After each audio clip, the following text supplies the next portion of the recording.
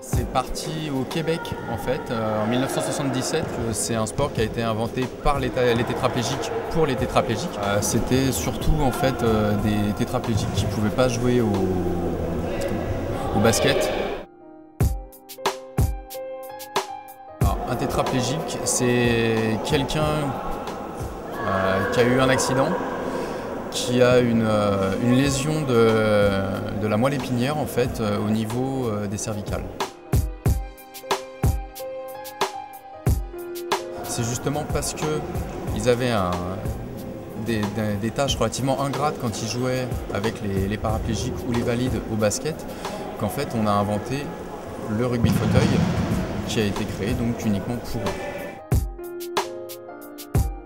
Les règles du wheelchair rugby, c'est un sport d'équipe pour les personnes atteintes des 4 membres, donc les tétraplégiques ou les IMC.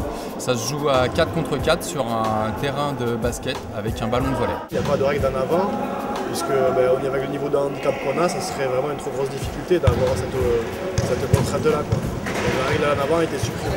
Alors, il y a d'autres règles qui ont été aménagées, le fait par exemple que les contacts sans ballon soient autorisés, puisque avec le niveau de motricité qu'on a, ça serait quasiment impossible pour nous de gérer notre fauteuil de façon assez efficace pour éviter les contacts dans certaines situations. On joue avec un ballon de volley parce qu'on est tous atteints des membres supérieurs et des membres inférieurs. Et le ballon de volley, c'est un ballon qui est facile à manipuler, qui est très léger. Donc pour nous, faire des passes, c'est beaucoup plus facile. Donc en fait, ils sont classifiés en fonction de leur handicap. Et donc les plus atteints sont ceux qui ont les plus petits points et ceux qui ont les plus gros points en fait sont les moins atteints. La classification, ça sert à avoir une compétition égale entre tous les joueurs de rugby dans un fauteuil roulant, des joueurs qui jouent en classe de 0.5 jusqu'à les joueurs qui ont une classe de 3.5.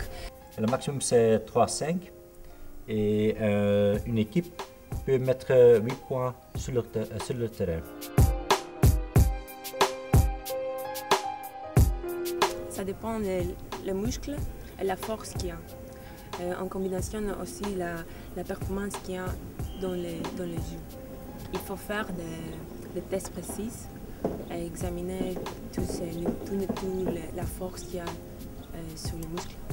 Alors on arrive à trouver un équilibre sur les terrains puisque le système de cotation des joueurs en fonction de leur handicap, de leur récupération et de leur niveau de mobilité en fait, permet à tout le monde d'avoir sa place sur le terrain et à tout le monde d'avoir un rôle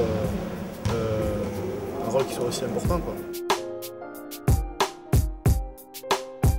Pour l'instant, le but c'est d'aller chercher un maximum de pratiquants, de créer donc des clubs pour pouvoir ensuite enchaîner sur la création et le montage d'un championnat. À partir de là, en fait, on partira sur la création d'une équipe nationale qui représentera le pays sur toutes les grandes compétitions, championnats d'Europe, championnats du monde et Jeux olympiques.